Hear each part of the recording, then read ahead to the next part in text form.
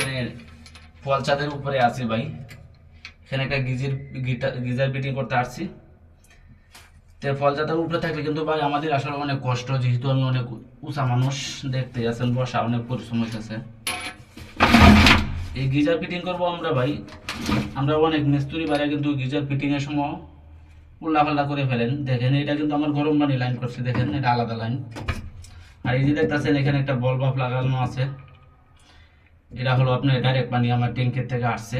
আমি এটা দিয়ে কিন্তু আমি দেখতেছেন নিচে যে হলুদ একটা পাইপ আছে নীল জাতীয়, এটার মধ্যে কিন্তু আমাদের এই যে ঠান্ডা পানির সংযুক্ত এটা দিতে হবে। আর দেখতে আছেন লাল, এটা কিন্তু লালটা দিতে হবে আপনার অবশ্যই এই যে গরম পানি যে জায়গায় আছে। তা আমরা কিন্তু আসলে অনেক মিস্ত্রি ভাই এই জয়েন দিতে সময় উল্লাপাল্লা করে ফেলেন, এই সময় কিন্তু আসলে ঠিক না, কারণ বুঝতে হবে কাজ কার মারফতে তো কাউ শিখে আসে না। তা আমরা কিভাবে কাজটা করব, ভিডিওটা কে শেষ কোথায় থেকে পর্যন্ত দেখছেন কমেন্টে জানাবেন।